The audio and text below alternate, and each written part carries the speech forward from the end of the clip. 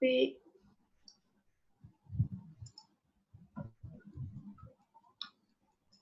So it's a provocative justifying article, which is the author try to justify how pedophilia should be taken as a mental disorder, not a crime, because not every pedophilia has an desire to harm children, and the author claims was the chances to pedophiles to recover and have treatments, while the laws in this context from the article in the United States of America will be on their side. So the society will accept that even though the number of child molesters will increase. So let's move on to the source. We'll talk about the publisher first, the New York Times, and the author for this article is Margot Kaplan. The author for op-ed. Op-ed is the opposite of the editor. So op-ed, as you guys can see, is actually the article itself doesn't have any relation with the publisher, the New York Times. It came from her own ideological idea, point of view, and own research.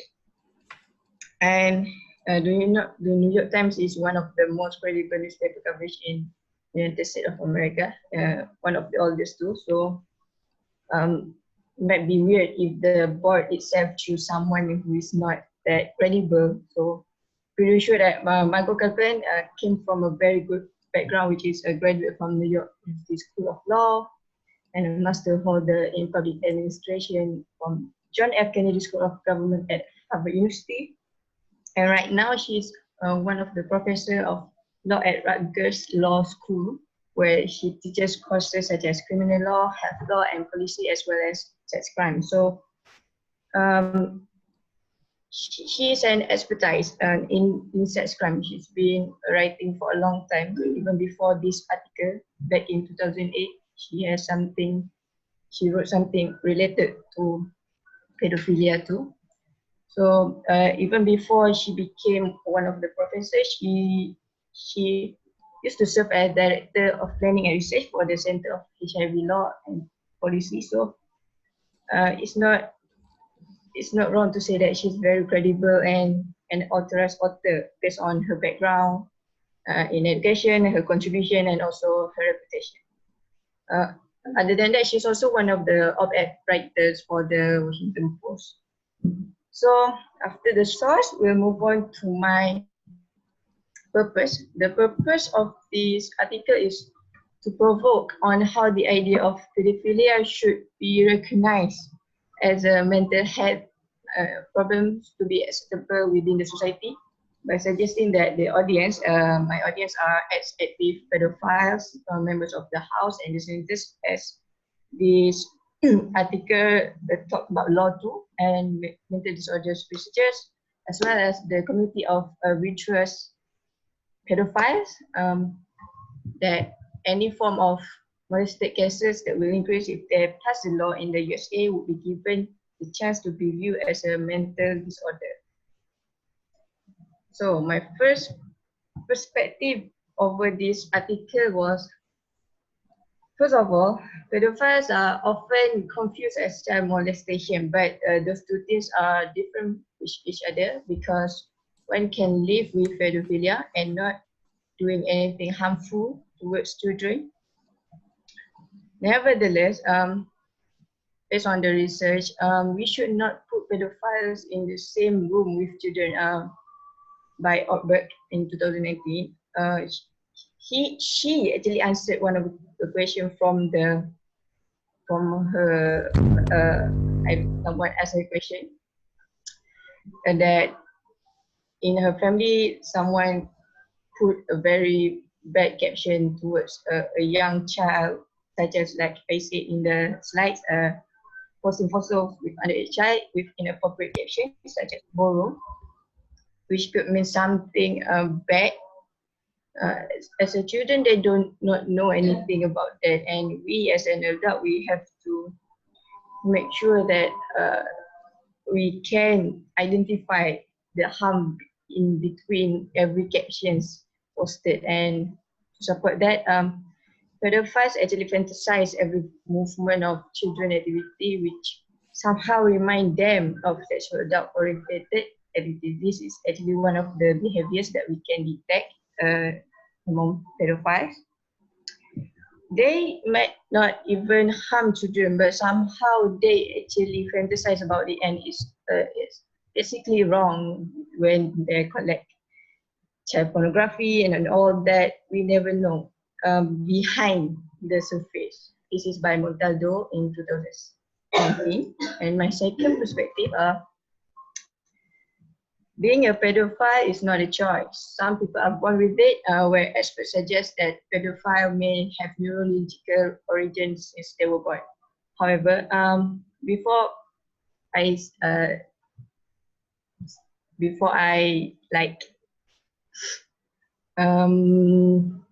I would like to say that I actually disagree with this article, because a lot of people confused.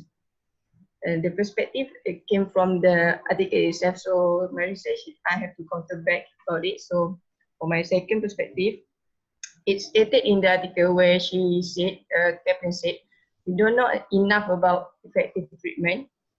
The statement itself is a bit contradicting from the previous statement, which is combination of cognitive behavioral therapy and medication can help him to manage urge and avoid committing crimes. The way that she interprets the disease, pedophile as a disease, like she doesn't even know if it's really related to our brain of the pedophilia. So to support that, by Swerdlow and Burns, 2003, in 2003, experts cannot actually really identify how those pedophiles show inappropriate sexual behavior towards children. There are still low numbers of studies of connection between pedophilia and neurobiology pedophilia. We have another 5 minutes. So let's move on to the third perspective. My third perspective, the law against pedophilia are making them fear how society views them and may even have to lose their job. So actually, there's a group called Virtuous Pedophile where they wrote their thoughts about having these feelings, and to support about that, it's actually happened in the UK in the late 70s and 90s, where the moderate pedophile said he agrees that pedophilia should have something to stop them from doing that. But he still stated that there's nothing wrong with harming young children, as young children cannot be fertilized yet. So moving on my positioning. So my first positioning is the stigma given from society viewing pedophile as something that is incurable. Actually, for virtuous pedophiles, as you can see, I highlighted that they have zero intention. They are the groups that never harm pedophilia. And to support that, Eichler, a psychologist where he involved in the pedophilia groups, he said that even pedophilia itself they believe that their sickness is a nightmare to themselves, so they are trying to change themselves to be better. My second positioning is pedophilia is often misunderstood as a choice. So actually, in the article state that if we keep condemning them, that it will hurt their mental state. And our society, as usual, we are stereotyping them. If there's a big issue about pedophilia, and everyone will be like that. So it was awfully negative for them, because they are not a sexual offender. They are just someone with feelings. And my last positioning is law that related to pedophilia are being taken lightly. There's a law in America where it does not apply towards pedophiles, stated in the slides. So the laws does not help pedophiles to improve themselves in the society, other than other people with different diseases, with different mental illness. and there's a bills that keep condemning pedophilia to stop them from working, and everyone that work with them will have something bad in return. They will get fined like 5,000 UK is in United Kingdom. And my impact, the negative impact that will happen towards my audience are as pedophile. They believe that there's no way to stop. When they read the article, they believe that what they are doing are actually right, and people will accept them if pedophiles can be proved as a mental illness. They will get comfortable with it and they can get away from it easily. So the second audience are members of the House and Senators, as they are the lawmakers. If they do not change the law, people that support pedophilia will actually condemn them, will not support them in the next election, where if it's a mental illness, then everyone will agree that we should accept pedophile as mental illness. And my third audience are mental disorder researchers, as they can see that pedophilia is not accepted all around the world yet, and they are the one that will be blamed on if they cannot prove that pedophilia is something that have connection with mental illness. And even if they can prove that the victim, the child, they will feel they won't win in the law if they go to the court, because pedophile is a mental illness. The last one is the Committee of Virtual Pedophile, where they will receive backlash because they are just hiding behind their computer screens and not do anything other than write letters and say they are very sorry having this kind of feelings. So last but not least is my visual literacy, where the caption for these photos is it's not that these individuals are innovative and non-practice pedophile, but rather that pedophile is a status and not an act. All right, So, thank you, Asmira. Right. Thank you, sir. Thank you. Right. Can we exit your screen? Okay. Sir. Okay, thank you. All right. Now we are going to start with the Q&A. So I'm waiting for the panelists to raise their hand. Panelists? Okay. So our first panelist is Noor Batrisha Shazwana.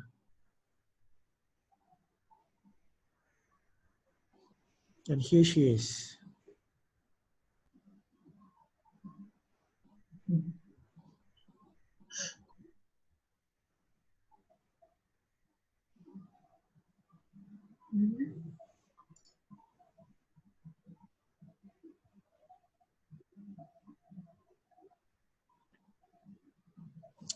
Hello, Batrisha. Batrisha, can you state whether it is a POI or whether it is an amendment or table? Okay, right. Over to you. Go ahead.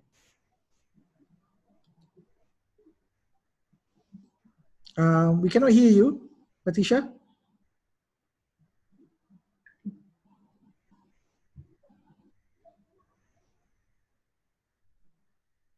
We cannot hear you. Are you using an earphone? Yeah, take it out. Take it out from the jack.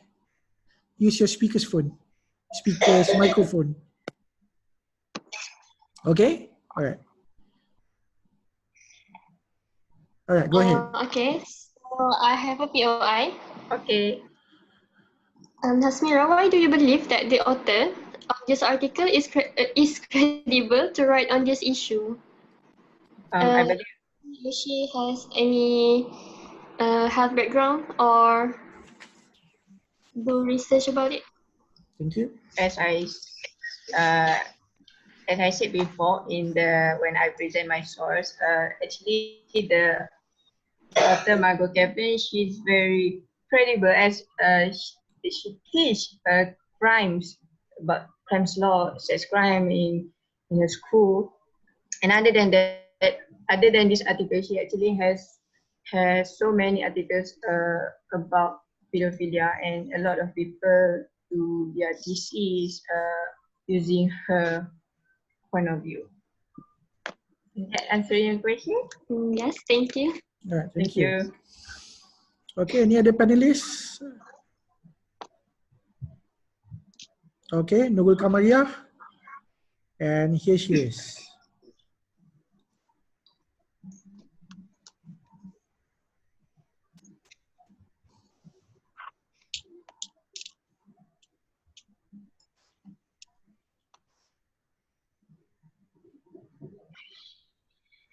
Okay.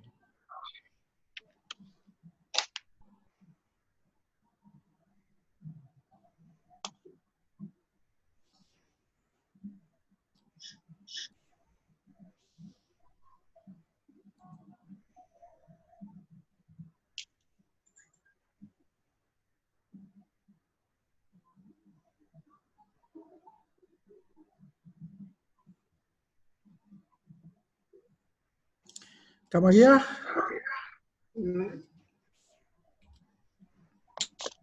We cannot see you, and then we cannot hear you.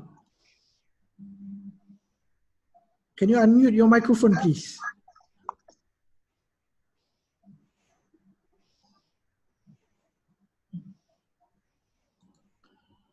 Please start your video. Okay, here we go. Okay. Okay, go ahead.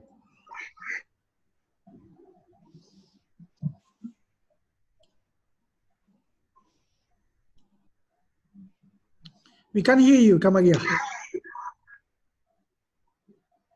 Are you using a headphone or earphone? Kamariah, we cannot hear you.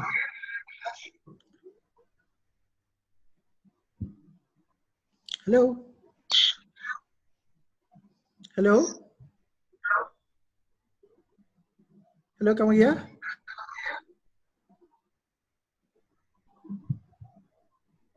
All right then. Okay.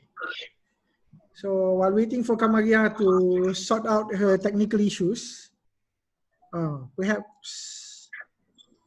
Okay, Kamariah. Sir, I cannot hear anything, she said. Okay. So I'm not sure. Perhaps you have a problem with your, with your speaker. Okay. So we'll wait for Nurul Kamariah to fix her technical issue. Okay. Batrisha, do you have any other question or comment? Yes. Okay, go ahead. How can we actually differentiate between child molestation and pedophiles? Sorry. So basically, child molestation is when you do something towards the children, like you touch them sexually and further than that. So pedophiles is just like emotion that someone has, the attraction toward children. They like children under the age of basically 14 and below. That's it. Okay, thank you. Thank you. Okay, thank you.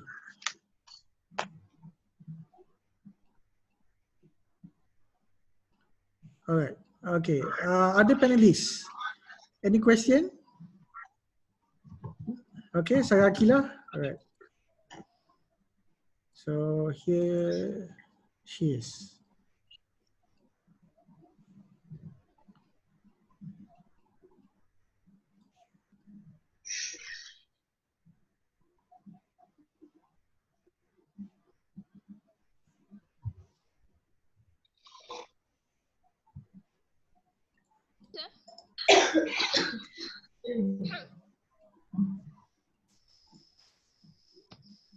Yeah, go ahead.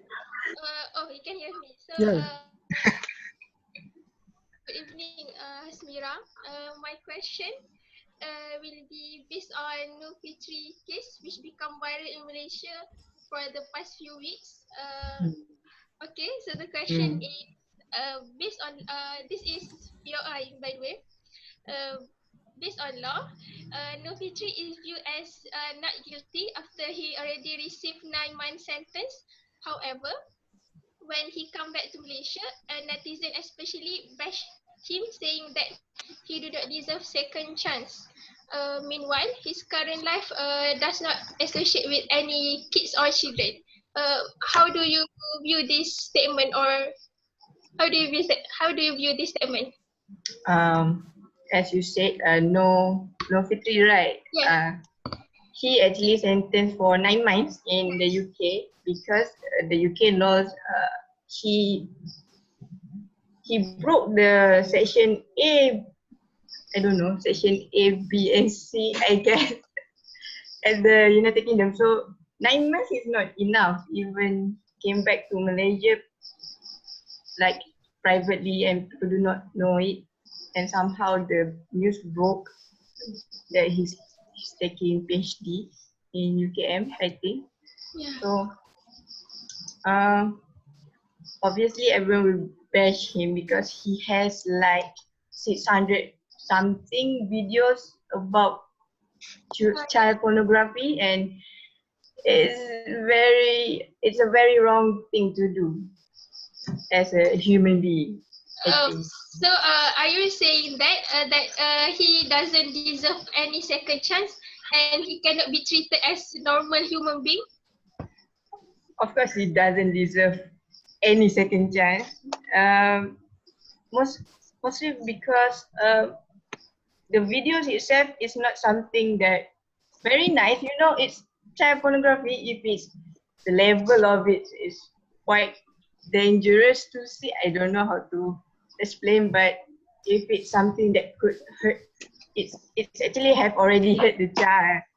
And children, they do not like willing to do it. You know, they are kidnapped or something. Someone force them to do it. It's a very wrong thing to do for me personally.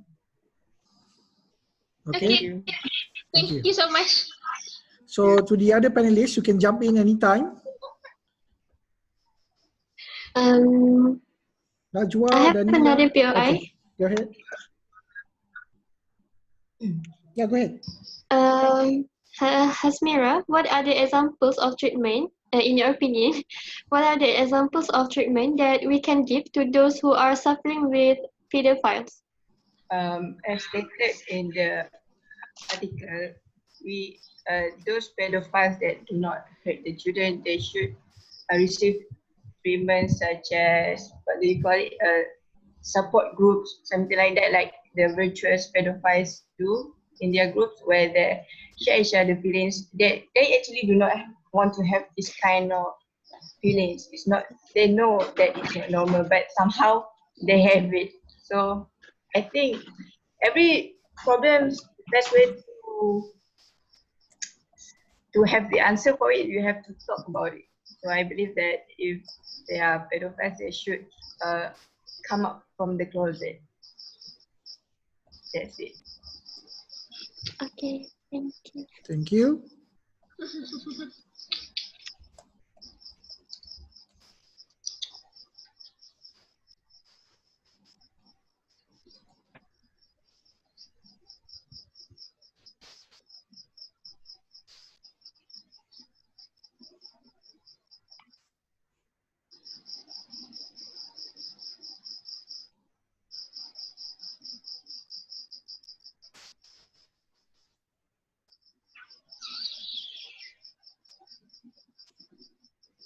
Okay, Kamaria, go ahead.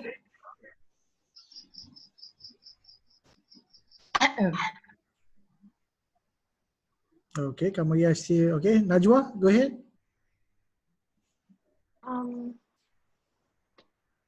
Okay, so Hasmira, what is your opinion? How can we differentiate between ex pedophile with the real pedophile? I believe that ex-pedophile is someone that actually have done something to children because they know what they are doing are wrong, and especially the crimes all over the world about pedophiles are not that strong, so they can get away. Like the previous case, no Fitri just received 9 month sentences in the prison. So even though they did something bad, they are easy to get away. So for me, the pedophile is someone that have done something wrong, and the pedophiles right now, it could be someone that have done nothing wrong and want to uh, destroy all these negative feelings that they have toward children, or could be someone that have done something but they know that it's wrong. I think that is. Thank you. Okay, panelists. I hope you have gone through Hasmira's critical review. Okay, so would you like to suggest any comments on her premise or her argument or sub-argument? Would you like to suggest that some of her sentences to be amended, or some of her premise, some of her argument or sub-argument should be tabled? Anyone?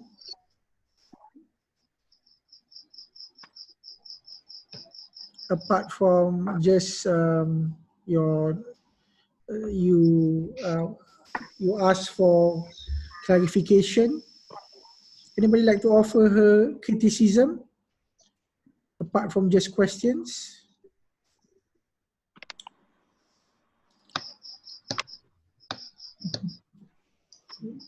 No? Okay.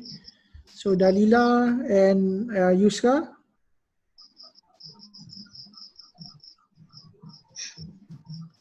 We only have 2 minutes on the clock before the Q&A session ends. Any last comments? Okay, Dalila. All right. Okay, so Dalila will be our last panelist to speak.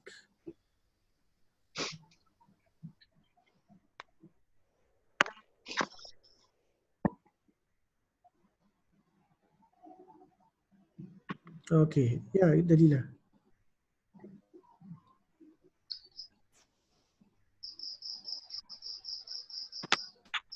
Okay.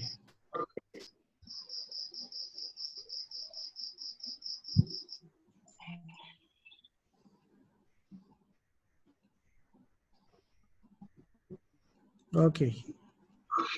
Here's Dalila. Hear me? Yeah.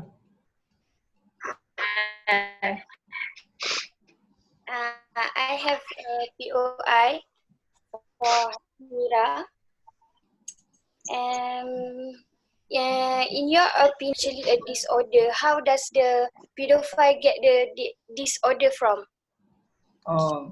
So how pedophile develop their pedophile feelings. So basically, like in the article, Margot said that there's a research stated that it has something related with their brains, which brains that develop since the man itself when they, well, you know, fetus, something like that. There's something wrong with their brain, so that's how they have the attraction towards the child. Or other than that, maybe in when they are children, they have been abused by someone, so they believe that it's okay to abuse the child too. So that's how they develop this kind of feelings to be a pedophile. I think that's it. All right. Thank you. Thank you, Hasmira. So that is the end of Hasmira's session. So now we are moving on to Nur Fatiha. Okay. So Fatiha, we'll start in 1 minute.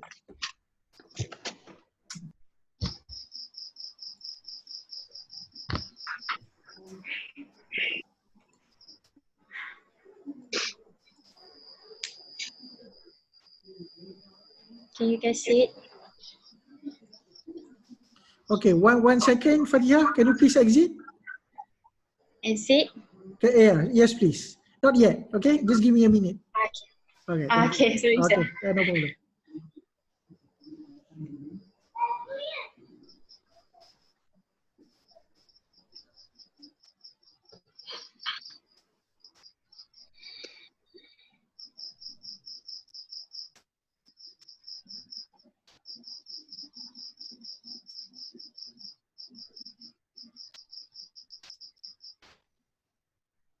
Okay.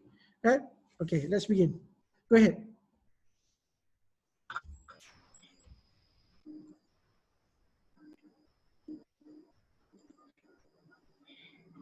Assalamualaikum warahmatullahi wabarakatuh. Good evening, everyone. So for today, I would like to present about my third article with the title of Are Boys Better Than Girls at Math by Conning. So moving on to the topic. Sorry. Okay. So this articles is a definite analogical articles that analogize the differences of these two genders, which is boys and girls in mathematics.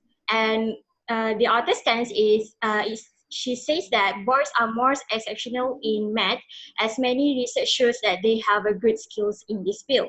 So moving on to the source, this article is come from Scientific American and written by Dr. Conning Lee. Dr. Conning Lee is an assistant professor in Florida State University in the Department of Psychology Learning System Institute. So basically, Dr. Conning Lee had many research in this about mathematics, where she make a research about the gender differences in mathematics, and her research is involving in understanding the social, cognitive, and affective factors that related to math learning and achievement, with a specific interest on individual differences related to gender and also income level. So basically, she ran her research in her lab in the Florida State University, that known as a Math Thinking and Learning Lab.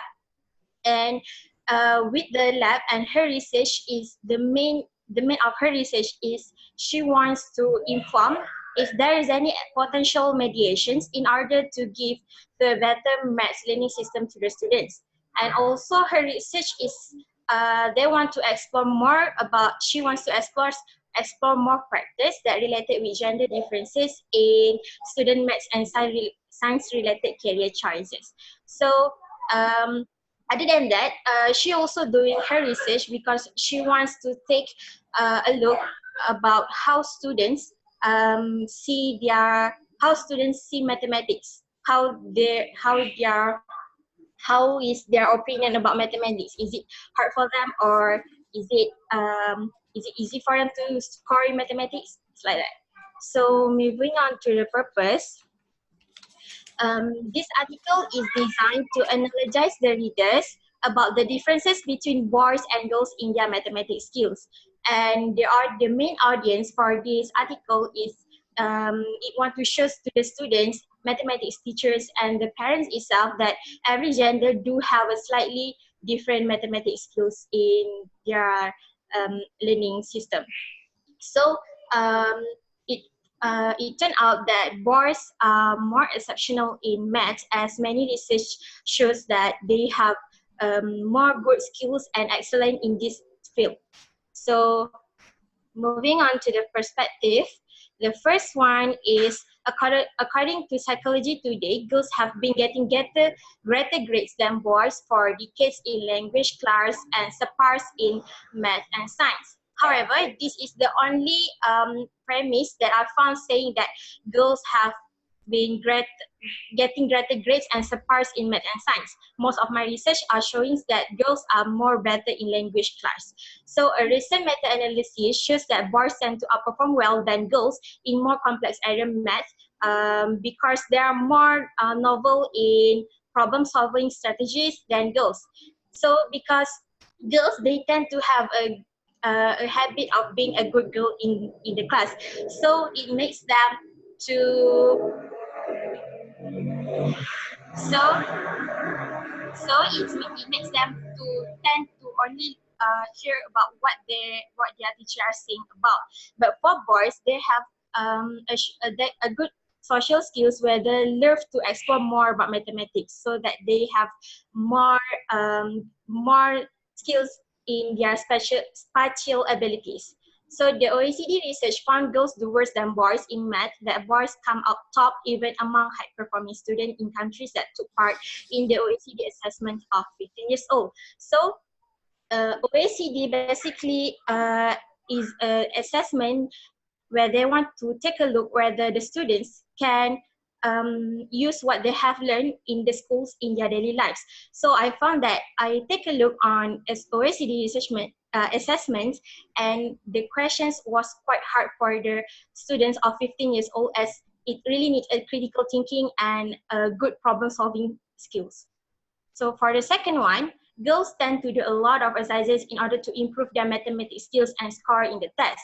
Nevertheless, even they are hardworking, but they tend to have a low positivity in mathematics. They have more anxiety when it comes to mathematics and low level of confidence, which make them to feel more afraid when it comes to mathematics. And this statistic shows that boys have more self-efficacy in 80% of countries. So according to Patent 2012, a study mentioned that the different ways of boys and girls socialize during childhood may affect the anxiety experienced by males and females, and it leads females to think that they are mathematically incompetent. So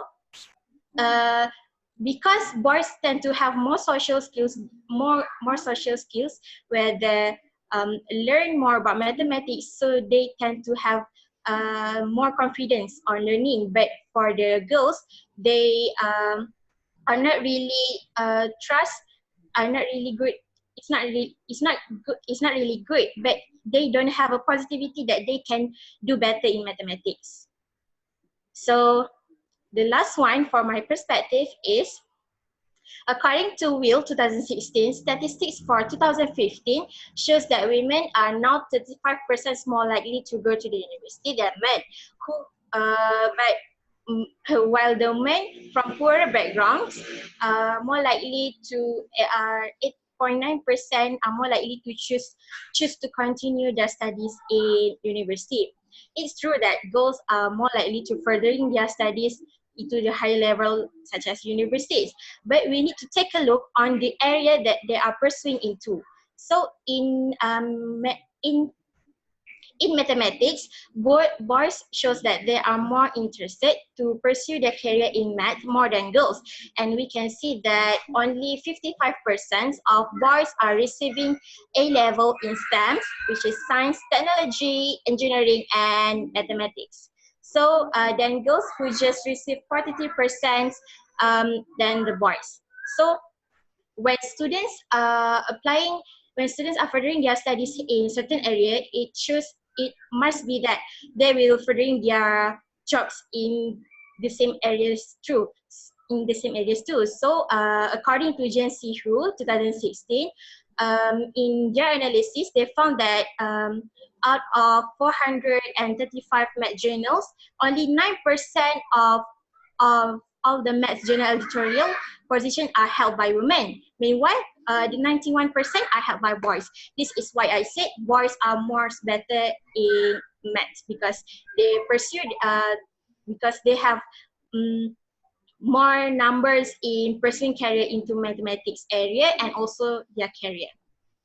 So moving on to the positioning, boys are better in maths because they perform better by gaining higher score and beats girls in mathematics tests. We can see from HuffPost 2017, among 125,000 students who took the American mathematics competition test, outnumbered girls 6 to 1 among the top first scorers and 12 to 1 among at the same top of first scorers. So from the research, we can see that boys are better than girls in mathematics because they have a better skills in problem solving. So they have a better skills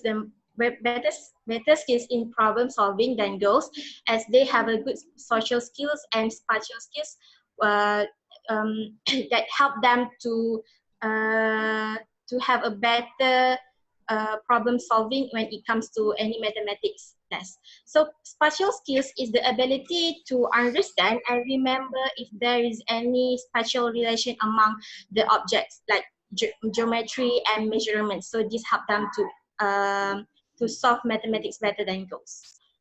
The second one is boys have a more positive thinking about mathematics than girls that trust stereotype more. So girls, they trust stereotypes where boys are better at maths. So it makes them to have a low positivity in learning mathematics and more anxiety. So meanwhile, for the boys, they have more self-efficacy that make them to put trust on themselves that they can do any task that related to mathematics effectively. And according to Goldsmith 2007, a study found that reminding girls of a popular stereotypes did not just undermine performance in that topic, but in other areas too. So they get too concerned with the concept, with the stereotype, and it spills over into the other tests. So it's not only spills into over the other tests, it also makes them, influence them in pursuing their career in mathematics area. So this is why I said that boys are have a more positive thinking than girls, because they'll just trust stereotypes more than their abilities in learning mathematics. All right, thank you, Fatiha. All right. Okay, sir. Okay, thank you.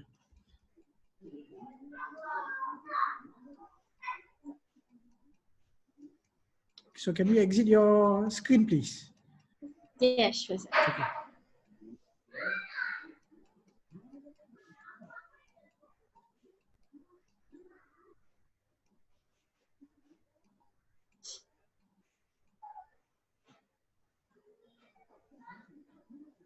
Okay, all right, thank you.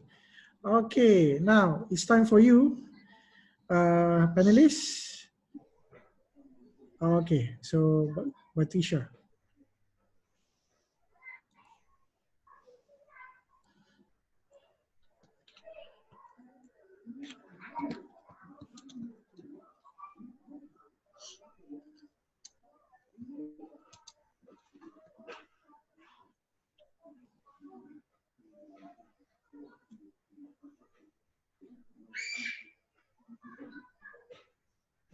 Okay, go ahead. Sarah? Okay. Assalamualaikum and good evening, Fatiha. Okay, Miss Sarah. I would like to, yes, thank you. I would like, my question today is in Malaysian code.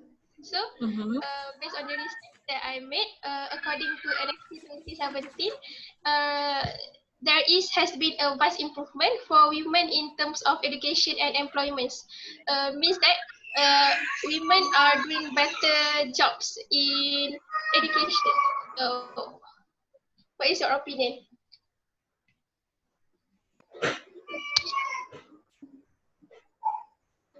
Okay, so in my opinion, your questions is about the educations that involve boys and girls.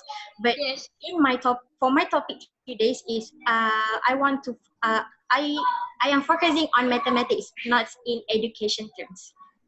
So in mathematics, we found that boys are better than girls, but maybe in education, the results is different with the subject of mathematics itself. That's it. Okay, thank you. All right. Okay, Batisha?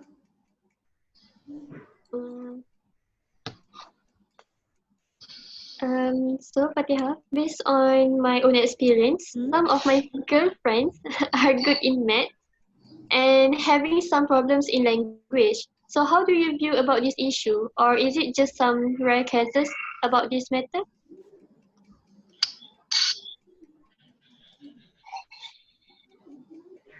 Okay. So basically, from your case, you are saying that your girlfriend are better in maths but have problems in language. So what I want to say is that it's true that boys and girls do have different in their mathematics skills, but it's up to the student itself also.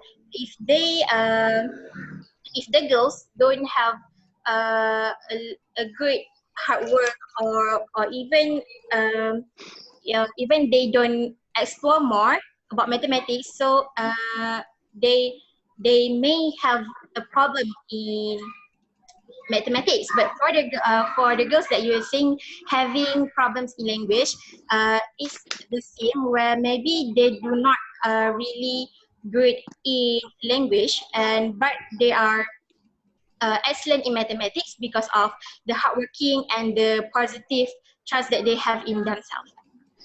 That's all for me. Okay, thank you. Thank you. Okay, any criticism? If you offer criticism, amendments, or table, that will give you a better marks. Okay, all right. So better marks than just asking questions. Okay, anything you wanna say? Okay, so yeah, go ahead, Najwa. Okay. Hi, Teha. Can you hear me? Yeah, you Yes. can. So I would like to give you a question.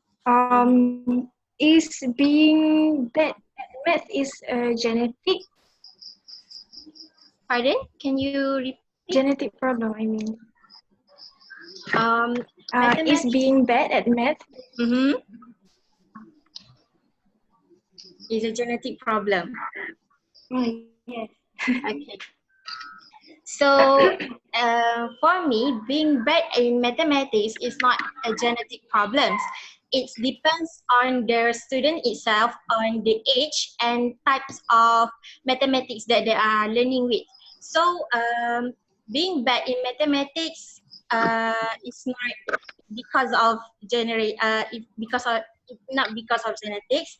It's maybe they are lack of exercises, or like what I say is they have low positivity in maths. They think that math is hard, so that they don't want to being good in mathematics.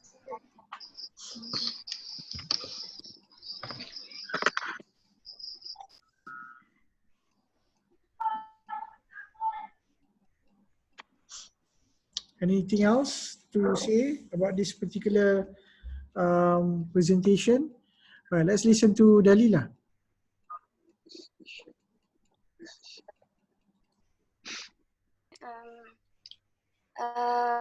I have a POI. Okay.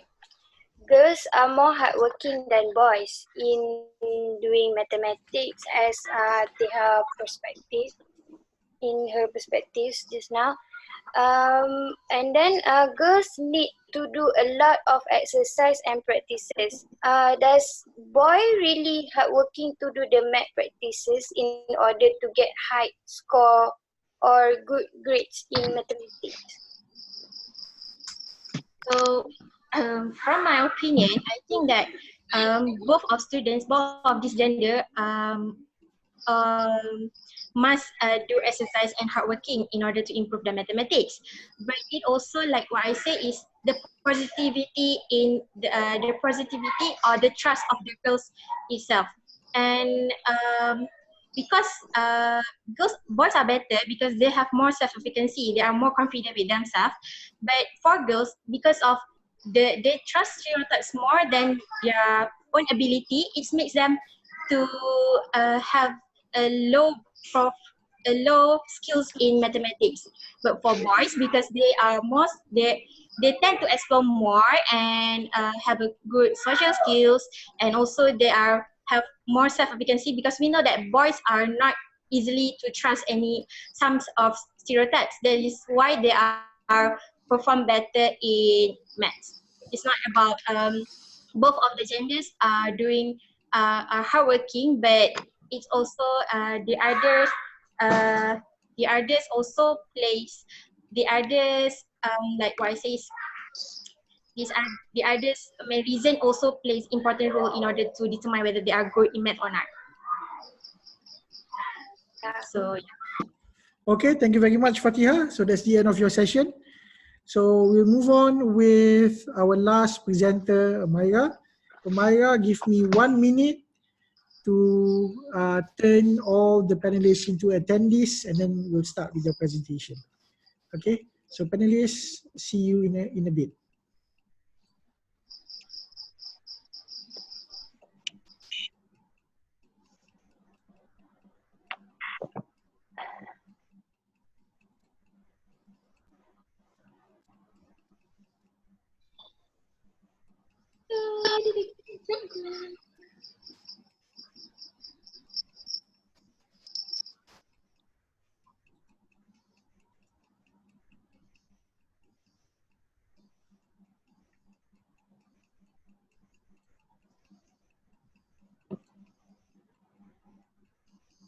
Okay, go ahead, Maya.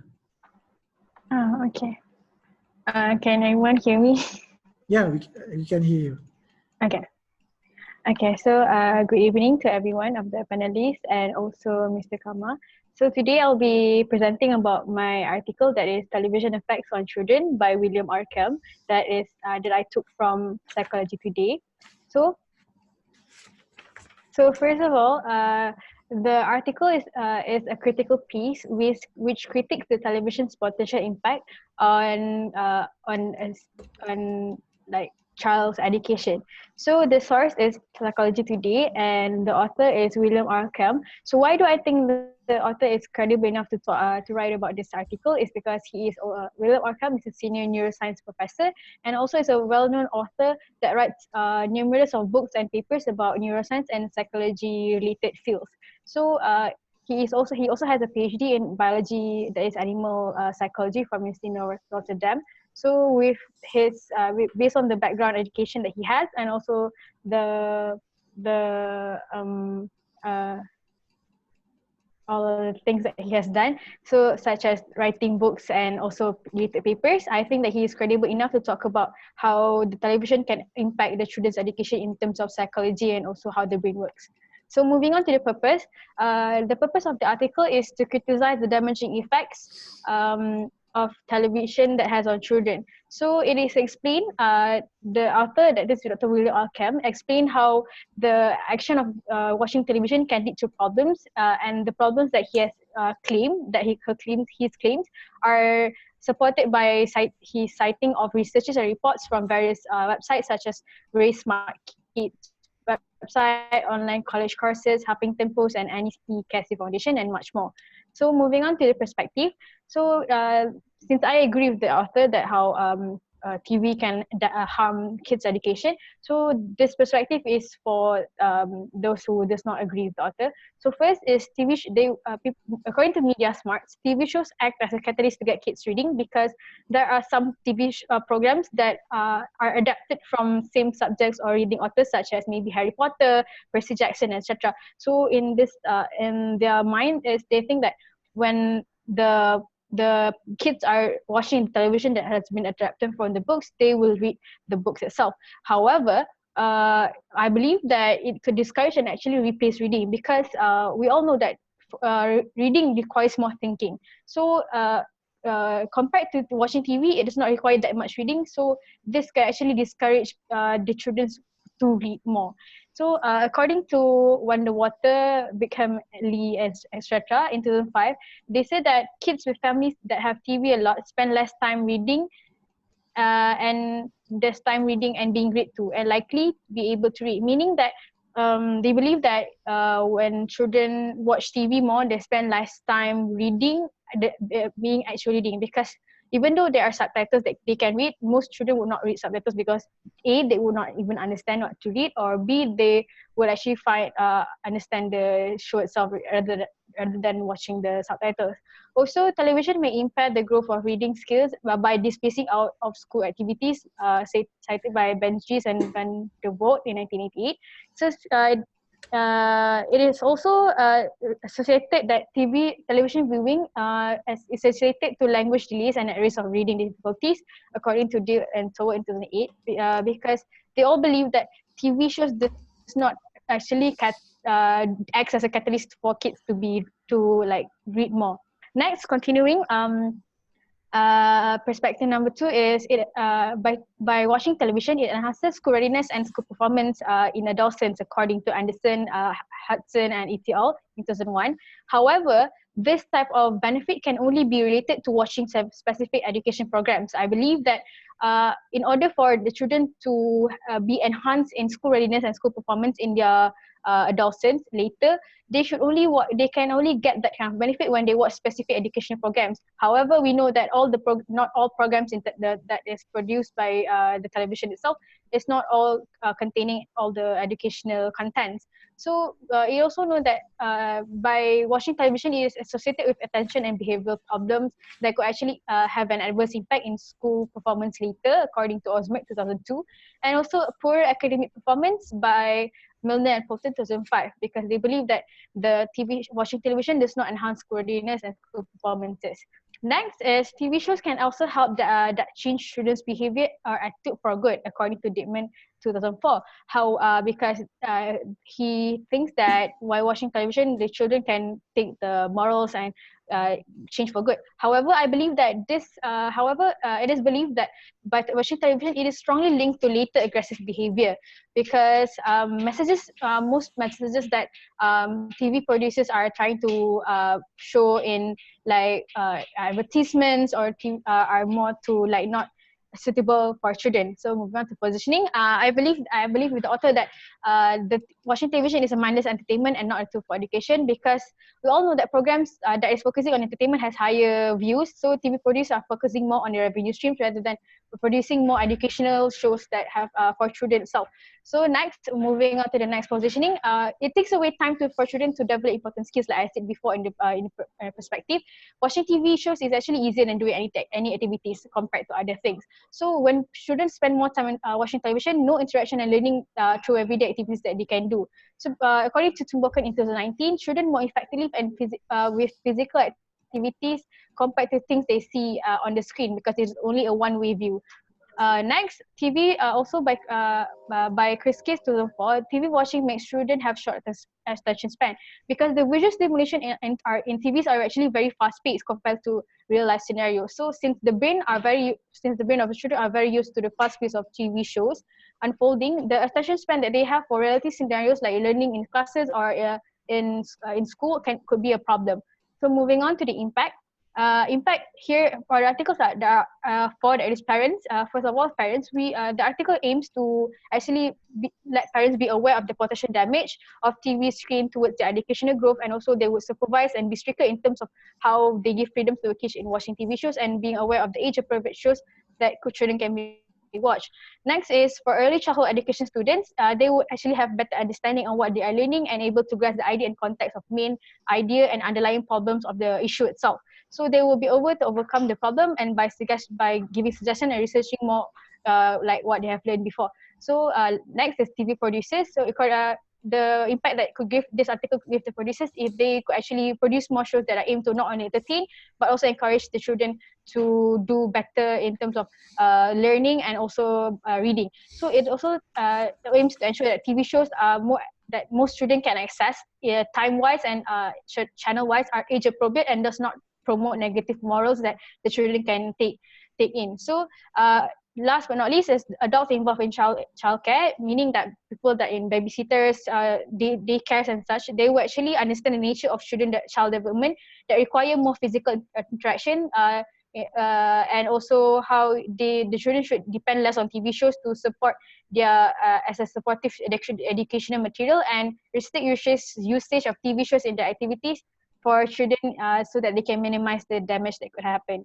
So lastly, my visual literacy is the picture itself is a male child watching television. So here it said that children spend more watching television more compared to spending time or doing activities will actually not only affect their educational growth but also physical growth, because the more time they spend watching TV shows, they will actually spend less time doing beneficial activities that could actually help in their development of their body and also their brain itself. So I think that's all for me. Thank you. Thank you.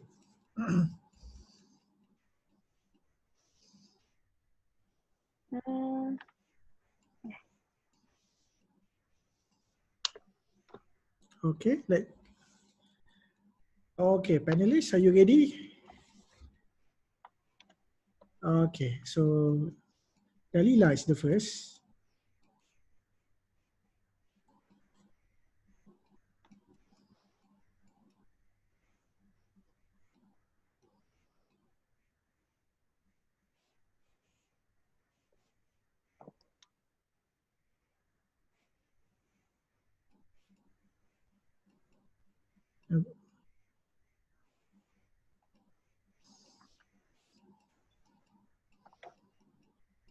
Okay, go ahead, Dalila. Okay, Mira, I have a POI for you. Okay. Okay, nowadays we have so many learning program in television, which is they produce an entertainment program, some educating content. And then can you give your opinion? Does that program can help children in learning? Okay, so okay, thank you for the question, Dalila. Okay, I think that those programs can actually help children in terms of giving them the appropriate content that they need to learn. However, I believe more that for children to learn, they need a two-way interaction, meaning that what they learn, what they get is they need to actually talk it back so that they can understand it more. Compared to watching televisions, the information that they get is only one way. So it is not wrong for children to learn through television, TV shows, but it is more effective to learn physically, like in classes and with anyone else. Okay, thank you. Right, next we have Batrisha on the line. Go ahead. So Amira, I think I have a suggestion here. Okay. Okay, so I couldn't agree more with your points because TV is absolutely a distraction for the children in terms of education. However, in this case, there are various educational channels were provided by the Astro. For example, Astro TV IQ, QTTV, for UPSR, PT3, and SPM. So I would like to suggest rather than we say that TV could not educate children, so maybe the parents can set a schedule for their children to watch TV, which concerning the education one. For example, like 2 hours per day with the monitor of their parents. So, what do you think? Okay, thank you for the suggestion. But Nana, I agree that parents should actually supervise the children in watching in seeing what they actually watch on TV and stuff. But my issue here is more on the TV on children that is watching television excessively and how it could affect them. So even though that there are some children that the parents supervise them in watching TV IQs, TV Kids, and that are actually very age appropriate, there are some children that they are not privileged enough to have that types of TV shows. So the most TV shows they watch are sometimes not age appropriate. So that is why I think that yes, I agree that the parents should always supervise what the children are actually watching. Okay, and thank you, Nana, for the first criticism of the night. All right, constructive criticism. So we have Sarah Akila on the line, and here she comes.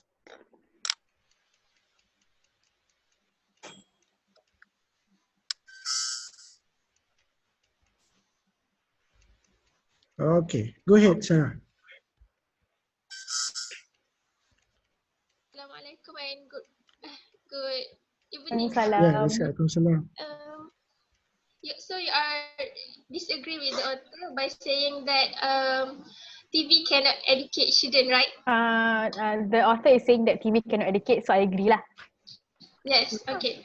So according to NST, by giving them exposure through media can actually help children to cope with upsetting emotional response to media content and to make critical judgment.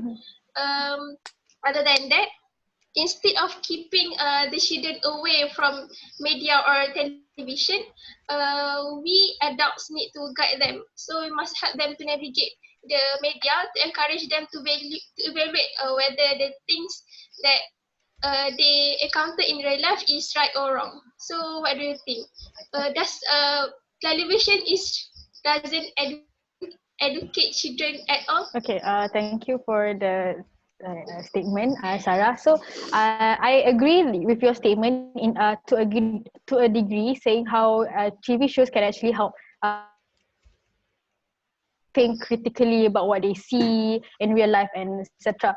But then again, this what your statement could actually imply to the children that actually can think critically of what is said, what is happening. For example, if you're saying that, for example, like for an advertisement about like violence, the children aged like 15 or 12 can see it as like it's a very bad thing, so it's not good. But then again, we don't know how a child like for 4 or 5 years that does not have developed enough, we don't know how they perceive the information. So that is why sometimes TV shows are not we cannot depend on TV shows to actually educate the children.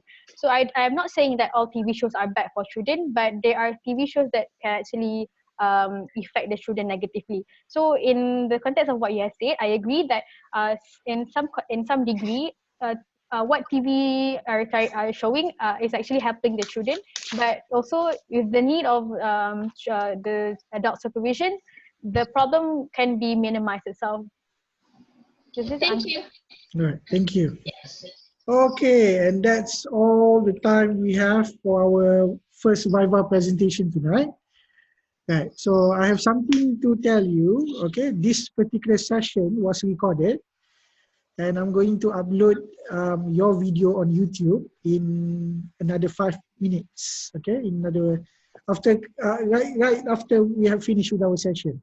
Okay, so to the panelists and the presenters, you can leave comments and you can leave questions for the presenters so they can answer or respond to your criticism. Okay, so this is to give you some more opportunity for extra credit. Okay, all right. So I will be sharing your video, the link to your video